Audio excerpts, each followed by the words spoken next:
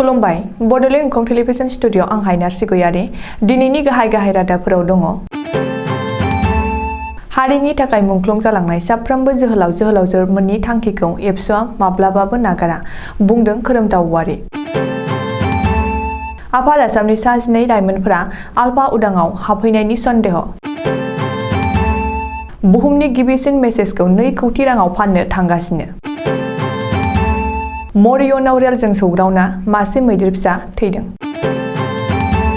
तिनिसुकियाव गिख्रंथाव अर खामदों गं 30 भारा न'फोरा सेवहांगार। दानिया फैदो आबुं रादाबाव।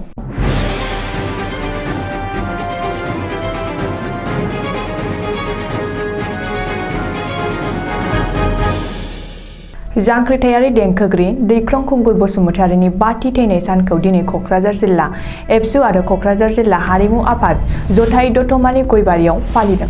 हाबाफारि बायदि बिथांनि मुङै 1 मिनिट मुंख्लं दाहा बावनानै मंखरसालियाव बिबार बावजेनो देंखोगिरि बिथांनिनो बियानै संगिता बसुमतारि आरो रजिना बसुमतारिया।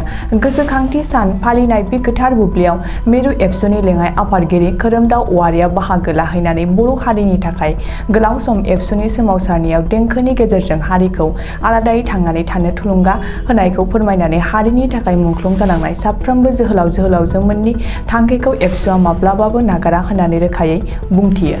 बे हाबाफारियाव मिरु एबसुनिफ्राय फारियै सोलोंथाइ नेहाथारि, सोमावसार बसुमतारि, सुबुं फोनांजाब नेहाथारि, सरनजित नार्जारि, एबसुनि बारग' गाहाय नेहाथारि आरो बिटिआरनि सागानगिरि आरो सानजा क'क्राझार समस्तिनि एमएलए लरेन्स इस्लारि, दतमानि बारग' एमसिएलए ज्यतिरेन्द्र ब्रह्मजों लोगोसे गोबां रायजो राजाफोरा बाहागो लायो होननानै मिरु एबसुनि फेसबुक पेजआव फोसावदों।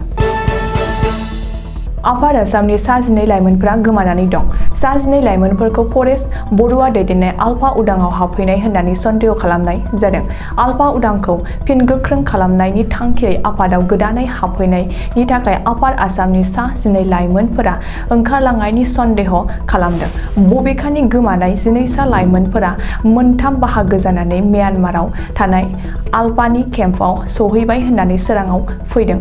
आलफा उदाङाव थानाय सा 12 लाइमोनफोरनि गेजेराव सा 5आ डिब्रुगड़ जिल्लानि, तिनिसुकियानि सा 2, धेमाजिनि सासे, लखिमपुरनि सा 2 आरो गलाघाटनि सा 2 लाइमोनफोरा समबारनिफ्राय बिस्थिबारनि गेजेराव म्यानमाराव थानाय आलफानि केम्पआव सौहैदों होनना सन्देह जादों। बबेखानि आलफा उदाङाव थांनाय लाइमोनफोरनि गेजेराव माहारियारि आफादनि सोद्रोमा दं होननानैबो मिथिनो हानाय जादों। बुहुमनि गेजेरावनो गिबिसिन मेसेज एबा SMS-खौ फाननो सिगांदों। बुहुमनि गिबिसिन मेसेजखौ निलाम खालामनो थांगासिनो दङ। मख'नो गोनांदि 1992 मायथाइनि 3 दिसेम्बरखालि दैथायहरनाय जादोंमोन बुहुमनि गिबिसिन मेसेजखौ। बे मेसेजखौ भडाफन नेटवर्क बाहायग्रा सासे मावफारिया गुबुन सासे मावफारियानो दैथायहरदोंमोन। बुहुमनि गिबिसिन मेसेजआनो जादों ख्रिस्टमासनि हामबाय हरनाय एबा मेरि ख्रिस्टमास। बे समाव बुहुमनि गिबिसिन मेसेजआ फिन बयनिबो नोजोरथाव जादों आरो बेखौ निलामाव फाननो थाखाय लाहार फाहार खालामदों। रिपर्ट बादिब्ला बे मेसेजनि निलामनि बेसेना 1,91,00,000 एबा बेनिख्रुइबो बांसिन जानो हागौ होनना मिथिनो हानाय जादों। बबेखानि बे निलामा फैगौ 21 दिसेम्बरखालि जानायनि बाथ्रा। नाथाय बे सरासनस्रा मोननै सोदोबनि मेसेजखौ फाननानै मोननाय रांखौ मा खालामगोन होननानै सिखांनाय सोंथिनि फिननायाव गिबिसिन मेसेजखौ फानना मोननाय रांखौ रैखाथि बादाफ्राव दान होगोन होननानै भडाफनआ फोरमायदों।